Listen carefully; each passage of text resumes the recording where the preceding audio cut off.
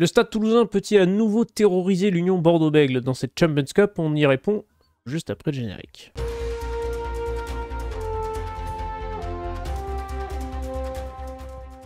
Bonjour, bonsoir à tous, bienvenue sur la causerie. Très heureux de vous retrouver aujourd'hui pour la vidéo preview des demi-finales de Champions Cup. Ça y est, on rentre dans le vif du sujet. Dernier carré de cette Coupe d'Europe 2024-2025 de rugby. La Champions Cup reprend ses droits ce samedi à 18h30 par un Leinster-Northampton et ce dimanche à 16h par un Union Bordeaux-Bègles Stade Toulousain. Monsieur Brandardi m'accompagne, ça fait longtemps, on le retrouve. Comment il va? Il se porte bien, prêt? Il va bien. Ouais, non, il va bien, surtout qu'on arrive à une période de la compétition où ça commence à devenir plus qu'intéressant. Cette fameuse compétition où on se plaignait de ne pas avoir beaucoup de jeux, des matchs un peu moyens parfois. Là, pour le coup, on a deux affiches de très haut vol. Donc, on espère que ça va répondre aux attentes, en tout cas. Deux très belles affiches, quatre très belles équipes. C'est vrai que on n'était pas très emballé par cette Champions Cup en début de saison. Finalement, mine de rien, bon, on nous aura accompagnés. Il y a eu des petites choses sympathiques, des petites révélations.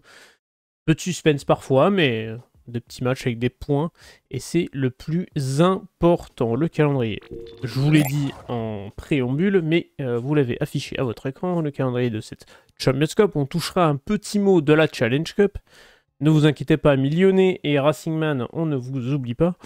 Et on est parti donc pour discuter tranquillement de ces demi-finales. Avant tout, vous pouvez vous abonner, liker cette vidéo si ça vous plaît, si ce qu'on fait vous plaît. Vous pouvez nous retrouver sur TikTok, sur Instagram avec du contenu un petit peu exclusif pour ces plateformes. Sur Spotify si vous préférez nous entendre et pas nous voir. Et nous, on va se lancer tranquillement dans cette Champions Cup. Avant tout, on en avait parlé un petit peu avec Thomas sur la vidéo, je crois, de la semaine dernière de Top 14. Et c'est déjà...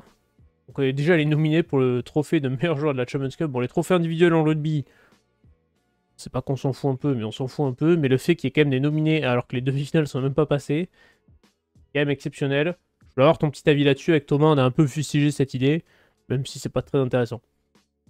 Oui, bah, c'est pas très intéressant, ça intéresse très peu de monde, et c'est rassurant que ça intéresse très peu de monde aussi parce qu'on reste sur un sport collectif quand même où ce genre de récompense, tu l'as dit, n'a pas grand intérêt. Bon, après, forcément, hein, c'est 8 joueurs de très haut calibre. On va dire qu'ils méritent presque tous d'avoir cette récompense. Après, sincèrement, je m'en fous un peu. Je mettrais bien Ramos voilà, pour l'importance qu'il a en ce moment au Stade Toulousain avec l'absence de Dupont, le fait qu'il couvre également le poste de 10 avec un Romain Tama qui est pas encore revenu à son plus grand niveau. Voilà, j'aurais bien mis pourquoi pas un Louis Bielbiarré à la place de Damien Penaud, mais ça c'est mon avis personnel. Damien Penaud, le record Voilà. d'essai, c'est peut-être pour ça, mais bon. Oui. Mais voilà, encore une fois, ça montre bien que les chiffres, ça compte et que le collectif, ça passe en second plan. Mais bon, voilà. Moi, je partirais bien sur un petit Ramos. T'aurais pris qui, toi? Notre chauve bordelais. C'est vrai que j'ai un amour pour le divin chauve Maxime Lucu, mais c'est vrai que Damien Penaud fait quand même une campagne de Champions Cup assez faramineuse, assez exceptionnelle, mais bon. Encore une fois, les trophées individuels, les jeux de base, ça nous barbe, alors qu'on s'est nominé avant la fin de la compétition, c'est quand même complètement con. Mais ça, c'est pas nous qui faisons les règles. Bref, le sportif, c'est beaucoup plus intéressant. Le terrain, c'est ça qui va nous intéresser. Ça va débuter, eh bien, ce samedi, dès 18h30. Leinster-Northampton, à suivre sur Beansport 3. À noter que la seule rencontre à suivre en clair, ça sera Bordeaux-Toulouse sur France 2. Il y a aussi une rencontre de Challenge Cup, ça sera sur France 3 et ça sera dimanche, ça sera Lyon Racing. Voilà. Donc les affiches 100% françaises seront disponibles en clair sur votre télévision. Mais nous allons parler de Leinster-Northampton. Et j'ai envie de dire qui peut arrêter le Leinster dans cette Champions Cup, puisque le Leinster n'a tout simplement concédé le moindre point depuis cette phase d'élimination directe. 8e de finale, vainqueur 62-0 contre les Harlequins, ces pauvres Harlequins qui se sont fait un petit peu arracher. Et en quart de finale, vainqueur contre Glasgow 52-0. Voilà, donc le Leinster déroule, le Leinster est axé et focus Champions Cup après beaucoup trop de finales consécutives perdues dans cette compétition. On dérivera peut-être tout à l'heure quand on parlera du bébé Toulouse, mais est-ce que la Leinster par rapport au club français n'aura pas cet avantage fraîcheur, on va dire, dans cette finale qui aura lieu le 24 mai prochain du côté de Cardiff. Mais avant ça, Il faut passer Northampton. Northampton qui a battu Castres lors des quarts de finale, victoire 51-16. Avant ça, ils avaient battu Clermont, bourreau des clubs français, Northampton, depuis le début de cette compétition, avec un Henry Pollock. Il va faire parler évidemment le jeune anglais, vaillant, bavard et talentueux. Ouais. Mais il est un petit peu à l'image de cette équipe. C'est c'est de la fraîcheur, ça fait du bien. Voilà.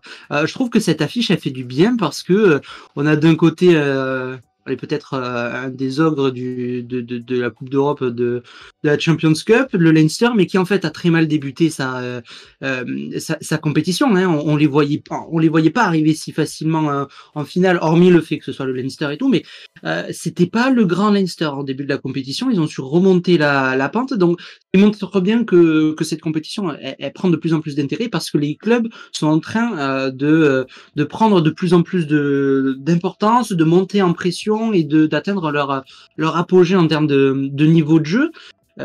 Donc forcément là on est en train de retrouver le Leinster qui fait peur à toute l'Europe depuis maintenant de nombreuses années. Et en face on a, je sais pas, on a peut-être c'est un peu facile à dire, on va dire le petit poussé, et encore ça allait pas vraiment. Mais Northampton c'est pas le genre d'équipe qui a l'habitude d'arriver dans le dernier carré de la Champions Cup, mais c'est mine de rien une équipe qui impressionne quand on la voit jouer, et en fait, j'ai envie de croire, même si je n'y crois pas du tout, mais j'ai envie de croire qu'ils sont capables de faire quelque chose parce que ça envoie du jeu, parce que tu as l'insouciance de ce genre de club qui n'a pas l'habitude d'arriver à ce niveau-là. Et puis, c'est toujours pareil. Hein, en France, quand un club français joue contre Toulouse, bah, Toulouse devient le club à abattre et tout le monde se transcende un petit peu pour réussir à battre l'ogre toulousain. Et là, c'est un petit peu la même chose, je pense. Le Leinster, c'est l'équipe à abattre en Champions Cup parce qu'elle a été multiple championne d'Europe. Donc moi, je pense qu'il y a quelque chose à faire du côté de Northampton, mais je dis ça, mais ça risque d'être quand même très très compliqué, voire impossible, hein, on va pas se mentir. Mais je pense que ça va être un très bon match où il va y avoir énormément de jeux. Déjà, on l'a vu sur les dernières affiches, sur les huitièmes, les quarts de finale. C'est des équipes qui envoient énormément de jeux, qui scorent beaucoup, donc ça risque pas d'être un match fermé. Après voilà, ce qui risque de rentrer, de jouer dans la balance, c'est que c'est à Dublin, et ça risque peut-être de tout changer et d'être un point en plus contre Northampton. Après voilà, pourquoi pas l'exploit. Moi j'ai envie, on va parler de l'autre demi-finale après, hein, mais on s'attend tous à voir une finale entre deux habitués, entre le Leinster et Toulouse, mais j'ai bien envie de voir une finale entre deux équipes qui n'ont pas l'habitude de jouer une finale, avoir un peu d'air frais, un peu de sang frais, et de voir un petit Northampton-Bordeaux en finale, ça me plairait bien. Et en tout cas, pour ce match-là, sincèrement, je sais pas si c'est pas le match qui me tarde le plus de voir entre les deux, objectivement. Ça va être quelque chose. Mais pour avoir la finale Northampton-Bordeaux, il va falloir quand même se lever tôt, j'ai l'impression. Tu vois la dynamique des autres. Ça risque d'être quelque chose. Tu le disais tout à l'heure, juste pour finir avec ça, c'est les clubs irlandais, les provinces irlandaises, on va dire, sont plus fraîches en temps de jeu, ont eu moins de matchs dans la saison que notamment les clubs français. Moins de casse. Et moins de casse, surtout. Et moins de casse, ouais, l'un va avec l'autre. Donc forcément, c'est des équipes qui arrivent à ce niveau de la compétition en pleine forme. C'est pas qu'elles ont pas joué les deux tableaux comme Bordeaux ou Toulouse, mais bon, forcément le championnat local en Irlande, c'est un petit peu plus facile pour elles, donc elles peuvent se concentrer un peu plus. Je parle notamment du Leinster, un peu plus sur la Champions Cup. Donc oui, tu le disais tout à l'heure, c'est quelque chose qui risque de rentrer en compte sur ce dernier carré, c'est que forcément le Leinster arrive à son meilleur niveau et surtout en pleine forme quoi, et super frais. On va évidemment surveiller ce petit gars, Henry Pollock, 20 ans, 3ème ligne anglais, grande gueule, mais non moins talentueux, il faudra le dire, qui reste quand même sur une belle série, 3 essais sur les 2 phases éliminatoires de Champions Cup. Northampton, j'ai envie de le dire, a quand même réussi l'exploit de perdre cette saison contre le Stade français. Et ça, c'est fort. Je salue le Stade français, je rigole, c'est une petite pique cadeau, mais ça m'a fait rire, c'est quand même leur seule défaite en Champions Cup, il faut le souligner. Et par contre, le Leinster, là où c'est solide, c'est seulement 2 défaites sur toute leur campagne 2024-2025, toutes compétitions confondues.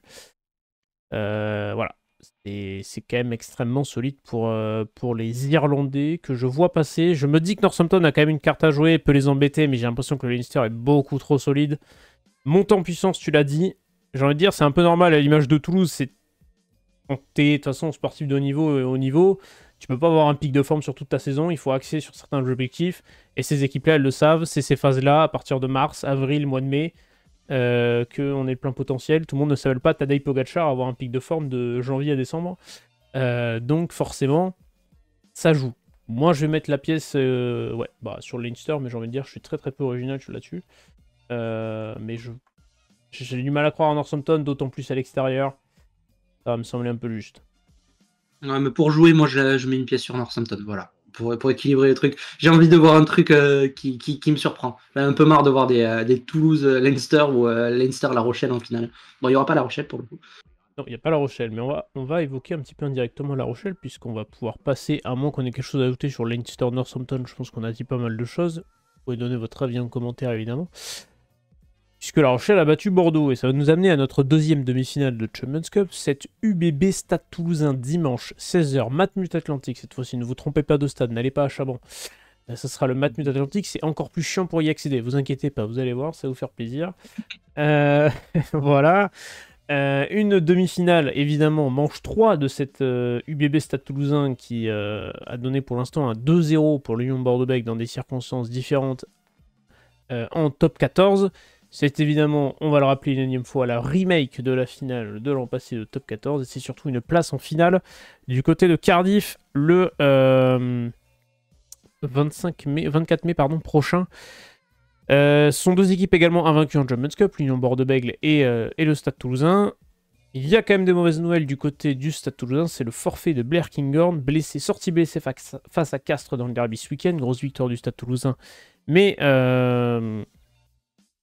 Kinghorn est sorti blessé, il sera absent 4 à 6 semaines. J'ai noté, c'est une entorse du ligament latéral interne du genou droit. Bon, pour être précis, comme ça vous êtes au courant.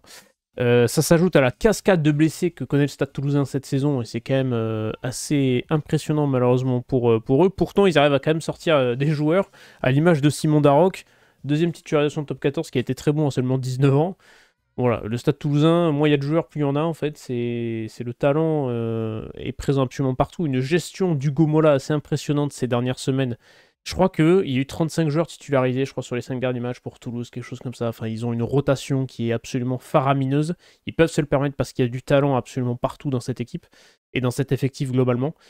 Et au contraire de l'Union Bordeaux-Bègles, qui a un peu plus du mal à faire tourner, qui depuis le début de l'année 2025... on les trouve pas non plus impériaux, les Bordelais.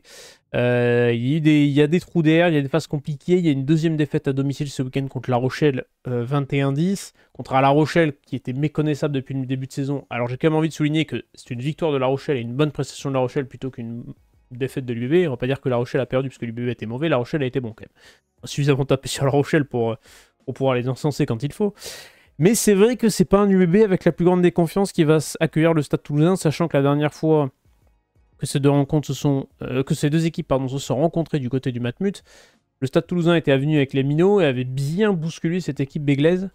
Je sais pas ce que t'en penses, mais est-ce que Bordeaux, c'est peut-être pas le pire moment pour recevoir Toulouse? C'est toujours le pire moment pour recevoir Toulouse. En fait, si on peut les éviter toute la saison, je pense que tout le monde signe. Non, mais effectivement, tu parlais du vivier de joueurs. Bon, on en a suffisamment parlé, on va passer vite sur ça. Toulouse a 6 équipes au niveau international, là où Bordeaux, c'est un peu mieux que l'année dernière. La rotation a été un peu plus sérieuse, j'ai envie de dire un peu plus marquée cette saison. On voit que Bordeaux peut essayer, s'il n'y a pas de blessés, s'il n'y a pas de pépins, peut essayer d'aligner deux équipes d'un niveau assez similaire, mais voilà, le problème c'est qu'il faut, tu vas pas plus loin, donc tu as un vivier de joueurs beaucoup plus restreint, mine de rien. Après, comme je disais, on a l'impression que le Bordeaux par rapport à la saison dernière a appris de ses erreurs.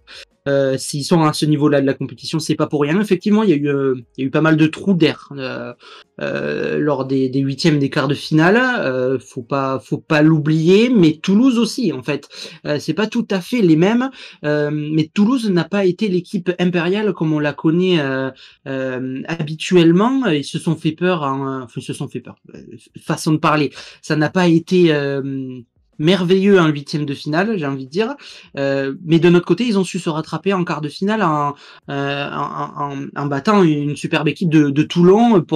On leur promettait l'enfer aux Toulousains à Mayol et pour le coup, ils s'en sont bien sortis et ils ont été ultra sérieux jusqu'à la fin. Je pense que la défaite de Bordeaux face à La Rochelle cette semaine et peut-être ce qui va leur faire du bien. Je m'explique. On était sur une équipe de Bordeaux qui était second, qui allait recevoir à domicile jusqu'à la fin de la saison en Champions Cup, qui avait perdu aucun match, même si c'était pas parfait, c'était une équipe qui roulait. Là, le fait d'avoir perdu face à une superbe équipe de La Rochelle, qui a joué le coup à fond et qui a montré énormément de belles choses, ça va peut-être avoir le même impact que ça a eu sur l'équipe du Stade Toulousain. Je parlais de la huitième de finale et du quart de finale juste après.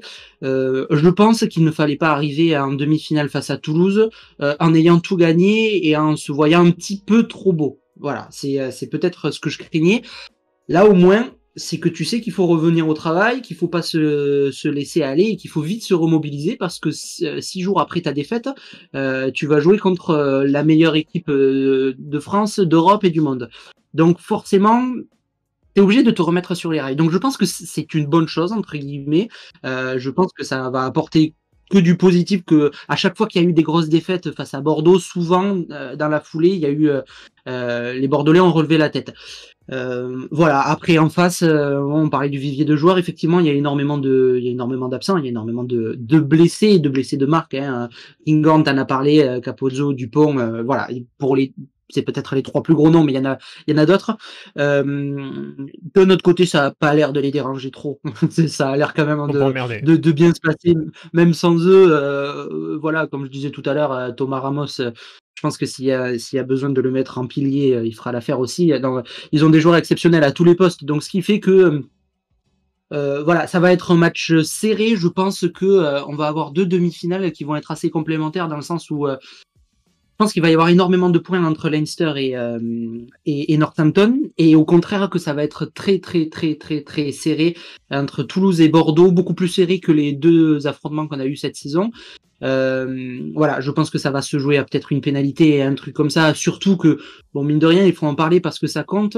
Bordeaux a pris une réelle raclée, on va pas en reparler, en finale de top 14 l'année dernière. Depuis, il y a eu 2 rencontres entre les 2 équipes, 2 victoires de Bordeaux, dont une face aux internationaux de Toulouse et chez eux, à Arnes-Vallon, ou au Stadium, bon bref. Donc, on reste sur un 2-0 cette saison pour Bordeaux. Il va probablement y avoir peut-être 4 matchs cette saison entre Bordeaux et Toulouse. Donc il peut très bien y avoir un 2-2, il peut très bien y avoir un 4-0.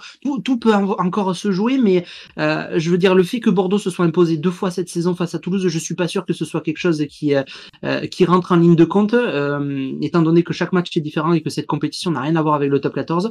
C'est pour ça que je pense que, objectivement, je pense que Toulouse va s'imposer, je pense que le Leinster va s'imposer et qu'on va encore avoir un remake Toulouse-Leinster pour notre plus grand plaisir, hein, parce qu'on va pas se mentir, c'est voilà, c'est les 2 plus grands clubs du monde, c'est les 2 plus belles équipes du monde, faut être objectif quand même.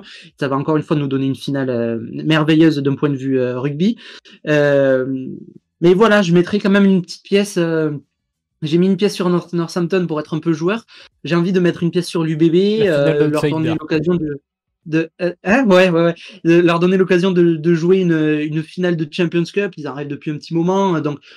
Et puis ce serait du frais, comme on disait tout à l'heure. Donc je vais mettre une pièce sur l'UBB, mais je vois Toulouse gagner. Voilà. Je peux pas être plus précis. C'est dit. Et j'en reviens au truc du 2-0 pour l'instant pour Bordeaux, qui peut potentiellement revenir. Si Toulouse revient à 2-2, dans les confrontations. C'est-à-dire, et mettons, hypothétiquement, il y a 4 rencontres entre les deux, c'est-à-dire que Toulouse gagne les 2 rencontres les plus importantes, la demi de Champions et potentiellement une demi de top 14, une finale de top 14. Donc au final, il peut avoir 2-2 pour Toulouse en confrontation. Les trophées, ils iront du côté du Stade Toulousain dans ce cas-là. Ça n'aura rien changé. C'est pour ça que je te dis que ça n'a aucune utilité, c'est ce 2-0. C'est en fait les 2 matchs qu'il faut gagner, c'est ceux-là. C'est ça, exactement. Et quand il s'agit d'être clutch, le Stade Toulousain, c'est quand même du très très très haut niveau. Au contraire de Bordeaux, que j'ai l'impression que quand il faut être clutch, il me manque ce truc pour passer le palier et pour m'amener là-bas. Donc je vais être très très curieux de ce match-là ce dimanche. Ça va être vraiment ultra intéressant.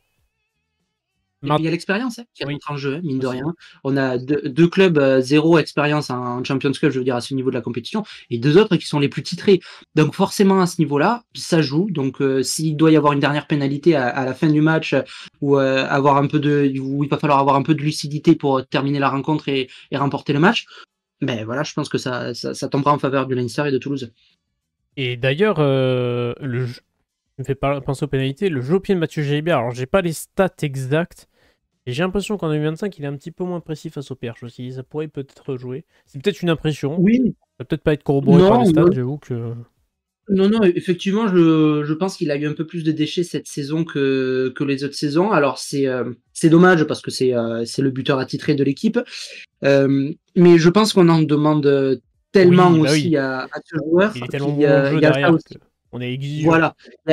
Il y a ça aussi qui rentre en jeu. Voilà, on peut pas tout lui demander non plus. Et on était au stade tous les deux il y a pas si longtemps pour Bordeaux-Toulouse. On s'était fait la réflexion, pourquoi ne pas décharger Mathieu Jalibert de cette responsabilité du jeu au pied et de faire taper un Maxime Lucu qui, pour le coup, je pense, a un pourcentage de réussite bien plus élevé. Ou même, s'il joue à l'arrière, s'il est sur la feuille de match, un Carbery, qui, pour le coup, a montré de belles choses cette saison, notamment au pied. Dans l'animation, j'ai l'impression que ça va un peu mieux que quand il est arrivé à Bordeaux. Donc voilà, peut-être que ça peut permettre de... Mathieu Jalibert, on en a parlé en équipe de France, mine de rien, il a souffert, entre guillemets, il en a pris un peu partout. Donc peut-être qu'il faut qu'il revienne aux fondamentaux, à ce qu'il sait faire, c'est-à-dire ses coups de génie, il les fait encore, voilà, mais peut-être qu'il se reconcentre un peu plus sur ça, ou qu'on lui donne l'occasion de se reconcentrer un peu plus sur ça. Voilà, Mathieu Jalibert, je pense, est très bon face au perche, est très bon au pied, quand il est en confiance sur les autres aspects du jeu, et peut-être que ça n'a pas toujours été le cas cette saison.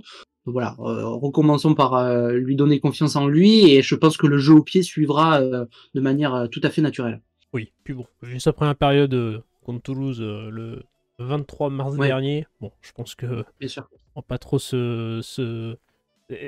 d'avoir une crainte sur le niveau de Mathieu Jalibert pour cette demi de Champions Cup. Toulouse, bon programme quand même, parce que la semaine prochaine sera déplacement à Toulon, retour à Mayol, et là je pense qu'ils vont être attendus aussi, et Toulon a besoin de gagner en top 14, mais ça on en parlera la semaine prochaine sur cette chaîne.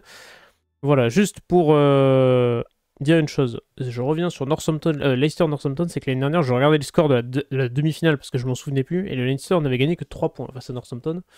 Sur 27 donc, est-ce que Northampton pourra prendre sa revanche? On verra bien. Pour ce Toulouse UBB, qu'est-ce qu'on peut ajouter dessus? Eh bien, tu as commencé à le dire, prendre en compte les 2 dernières rencontres qu'il y a eu en top 14, sachant qu'en plus déjà que c'est pas la même compétition, mais même en fait ces matchs-là n'ont rien à voir entre eux, puisque en début de saison, j'ai l'impression que Toulouse était un peu plus en rodage, et comme on l'a dit, peut-être que le pic de forme toulousain arrive plus dans ces moments-là, et donc en début de saison, ils sont plus en préparation, on va dire. Ils peuvent se permettre d'avoir un petit cran en dessous. Bordeaux avait été très très bon dans le matraquage, on va dire, des Toulousains, avec un énorme pourcentage au plaquage réussi. Et il faut un Bordeaux à 200% pour pouvoir espérer, pareil, battre le Stade Toulousain. Ils n'avaient pas eu la possession, il me semble, sur ce match aller à Toulouse.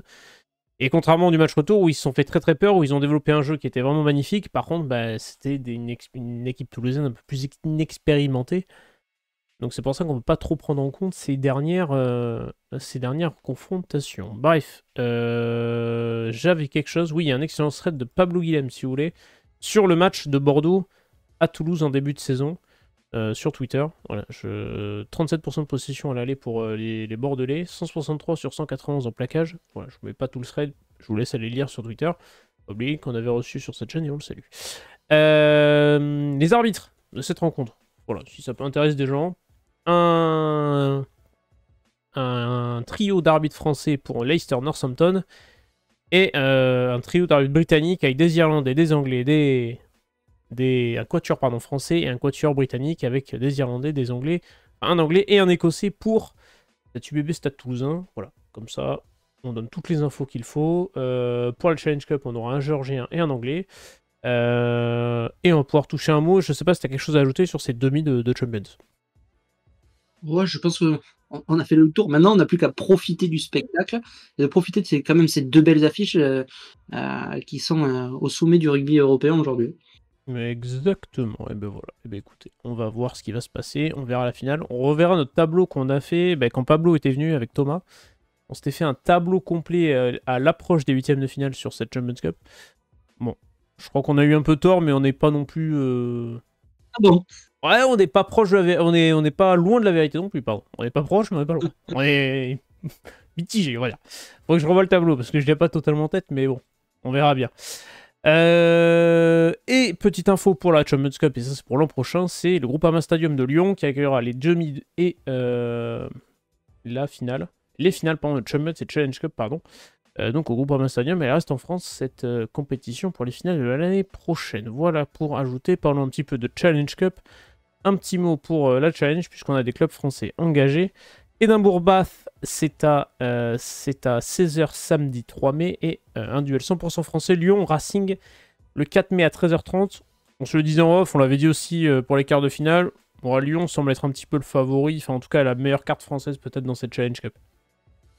Oui, de par les résultats du Racing. Alors, mis à part, il y a 2 jours où le Racing a relevé la tête dans ce derby de la capitale. Mais oui, de manière générale, bon, le Racing n'est pas en forme cette saison. Lyon n'est pas non plus l'équipe la plus en forme du championnat non plus, mais reste sur des standards un peu plus, allez, on va dire, un peu plus bon, on enchaîne plus de victoires que de défaites du côté de Lyon que du côté du Racing. Donc ouais, je vais mettre une pièce sur Lyon, d'autant plus que voilà, c'est une équipe qui a déjà joué ces finales de Challenge Cup. Bon, on va dire qu'ils savent s'y faire. Le Racing est un peu plus novice de ce côté-là. Donc oui, mais sincèrement, je pense que c'est une bonne chose le match gagné face au Stade Français pour le Racing, parce que ça peut très vite les remettre sur les bons rails. Et c'est une victoire qui tombe à pic avant cette demi-finale de Challenge Cup. Donc pourquoi pas, ça risque d'être un match ouvert en tout cas. Donc assez plaisant à voir. En tout cas. Ah, le Racing qui montre un peu plus de choses ces dernières semaines, je trouve. On a été très critique envers le Racing.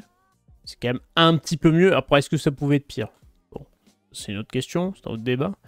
Et depuis plusieurs semaines, c'est quand même un petit peu mieux pour le Racing qui a pris des points en top 14 et qui s'est presque replacé dans cette course au top 6 de manière un peu miraculeuse.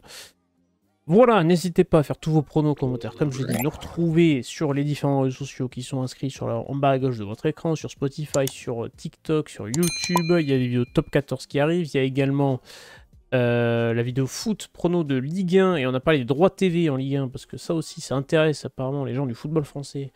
Avec Melvin, c'est à retrouver sur la chaîne, tout comme la Ligue des Champions. Voilà, ça c'est pour l'actualité ballon rond. Pour le top 14, ça reviendra la semaine prochaine avec un très très beau Toulon-Toulouse. Et nous, on va vous laisser avec ces demi de Champions Cup. On vous souhaite un très bon week-end de rugby.